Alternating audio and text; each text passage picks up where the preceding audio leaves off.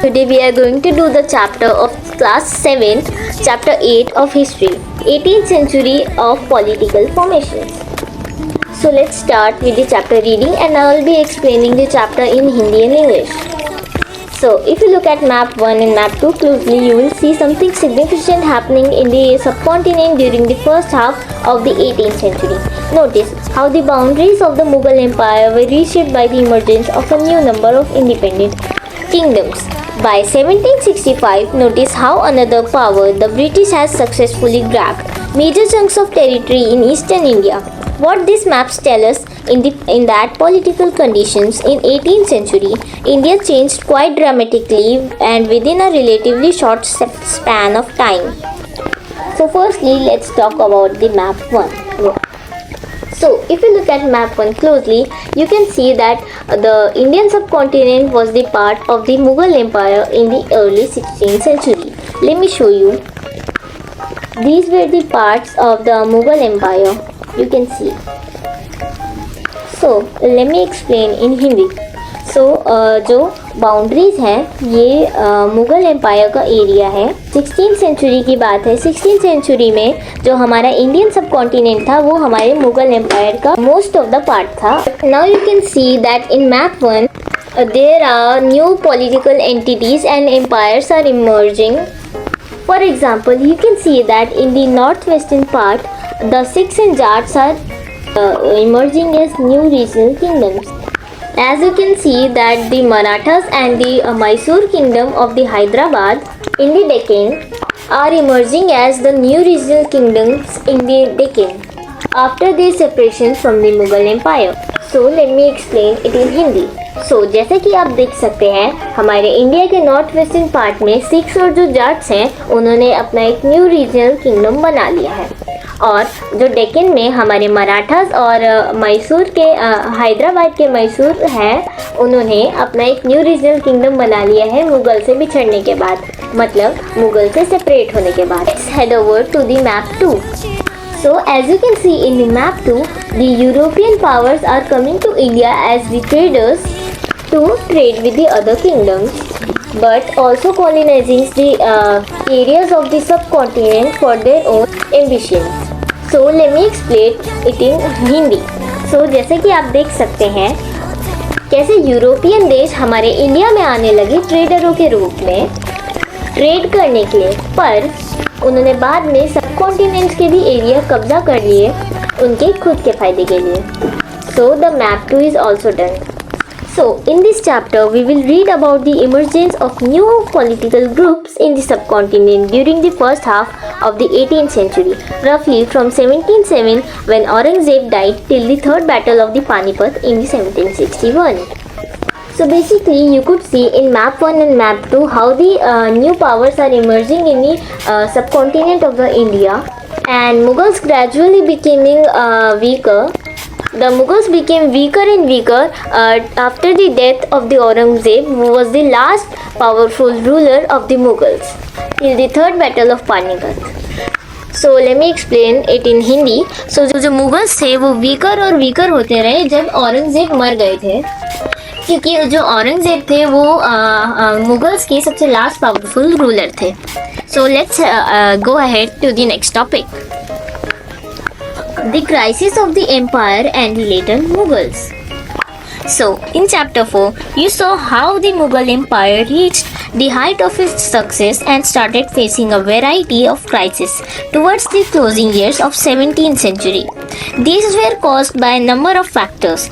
Emperor Aurangzeb had depleted the military and financial resources of his empire by fighting a long war in the Deccan.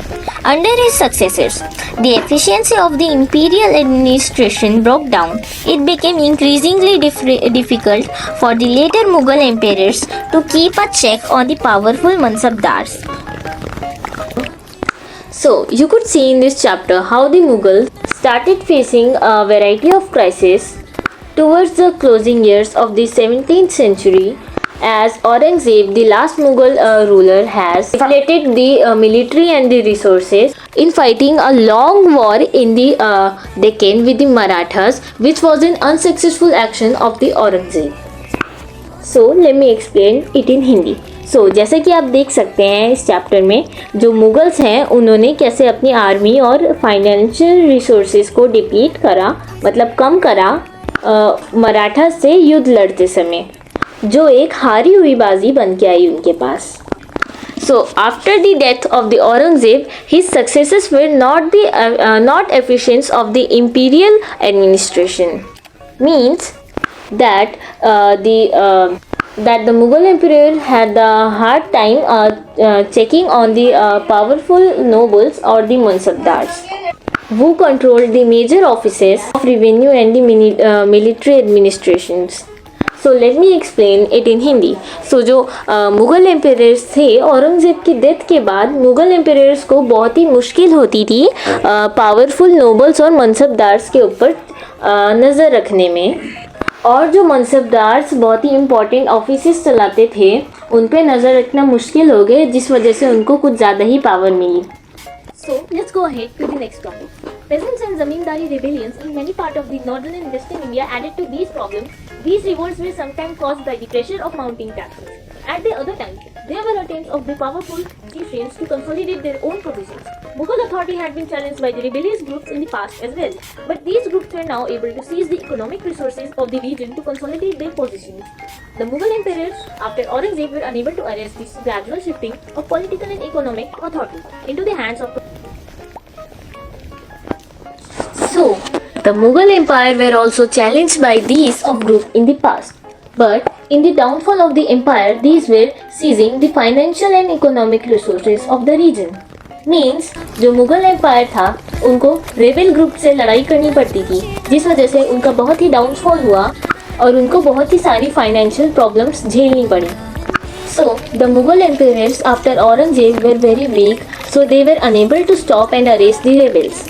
Means जो Mughal emperors थे औरंगज़ेब की death के बाद बहुत ही week हो चुके थे, जिस वजह से जो रेबल्स ग्रुप थे उनके साथ लड़ने में नाकामयाब रहे और ना ही उनको वो बंदी बना पा रहे थे। So before we start let me tell you that I will explain all the topics but I won't read them because the video is becoming too long. So let's go ahead to the topic. So in this paragraph basically it's telling us that the rulers, or we can say the king, was having some financial problems because the crops were not growing that much and the farmers were not giving him tax, and that's why we can say that he was financially poor. So it means that जो राजा थे जिनको हम ruler कहते हैं वो financially गरीब हो चुके थे क्योंकि उनको टैक्स की कमी पड़ रही थी, क्योंकि जो फार्मर्स हैं उनको टैक्स नहीं दे रहे थे, तो इसलिए वो फाइनेंशियली पुअर हो गए। तो let's go ahead to the next topic. So this topic is about Nadir Shah, this topic and this topic also. So let's go and talk about Nadir Shah. So the empire was facing economical and political crisis. Nadir Shah, the ruler of Iran, sacked and raided Delhi and took immense wealth in the 1739. So after that, the Ahmad Shah and Abdali, the Afghani ruler, was the one who raided India 5 times from 1748 to 1761. So let's go ahead to this one. So basically जो नादिर शाह थे वो एक Iran के ruler थे और उन्होंने अपने आप को सैकर्ड किया एंड उन्होंने दिल्ली में रेड की, और जिस वजह से उनको बहुत ही सारी वेल्थ मिली 1739 में। और फिर उसके बाद जो अहमद शाह अब्दाली थे वो एक अफ़गानी रूलर थे जिन्होंने इंडिया को 5 टाइम्स रेड किया 1748 से 1761 तक। और जो उनका एम्पायर था, नादिर शाह का एम्पायर एक इकोनॉमिकल और पॉलिटिकल क्राइसिस भी फेस कर रहा था।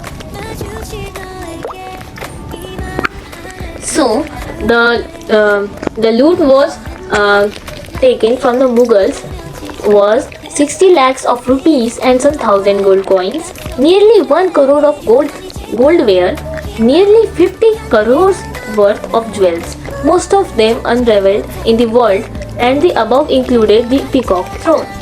So basically जब नादिर शाह ने जो ईरान के रूलर थे उन्होंने दिल्ली में रेड की और मतलब मुगल्स पे लूट की, उनको लूटा, तो उनको वहाँ से 60 लाख रुपीज़ मिले और कुछ 1000 गोल्ड कॉइन्स मिले और शायद 1 करोड़ के आसपास के गोल्ड वेयर और मतलब सोने की ज्वेलरीज मिली और 50 करोड़ से भी ज़्यादा रुपए की वर्थ की jewelleries milli.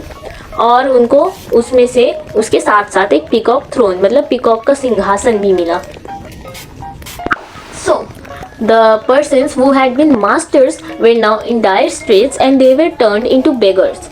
Those who once set the style in clothes now went naked. Means जो मास्टर्स थे शायद उन पे जब रेड पड़ी है तो वो इतने गरीब हो गए कि जो मास्टर्स थे अब वो भिखारियों में कन्वर्ट हो गए। और जब वो पहले तो वो इतने स्टाइलिश कपड़े पहना करते थे क्योंकि वो तो मास्टर्स थे, राजा थे, पर लेकिन अब वो नंगे घूमते हैं क्योंकि उनके पास कपड़े अफोर्ड करने की भी पैसे नहीं है और ना ही उनके पास घर है। And this paragraph is also from that paragraph and it's telling that the Mughals were weaker and weaker. So let's go ahead to the next paragraph. So according to this paragraph, the Mughals were also under pressure and was weakened by the competition between the nobles. Meaning that जो Mughals थे वो इतने pressure में आ गए थे कि वो weaker बनते गए और जो नोबल्स के बीच में कंपटीशन चल रहा था उसमें भी बहुत ही नीचे हो गए। बेसिकली इसमें भी यही बताया गया कि मुगल्स कितने वीक हो गए क्योंकि ये पूरा टॉपिक अभी मुगल्स के ऊपर था। There are some more important points about this topic. Let me tell you. They were divided into two factions, the Iranis and the Turanis. So basically उनको दो फैक्शन में डिवाइड कर दिया गया था, ईरानीज और तुरानीज में। For a long time, the later Mughal emperor were puppets in hand of either of these nobles.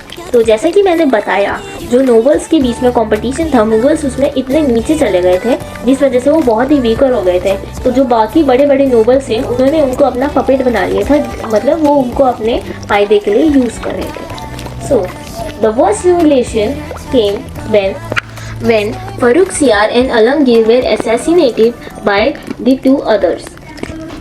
Means सबसे ज़्यादा शर्मनाक बात तब हुई थी जब जो दो मुग़ल एम्पेरर्स थे फर्रुखसियार और आलमगीर बोल सकते हैं हम नोबल्स से असैसिनेट हुए थे।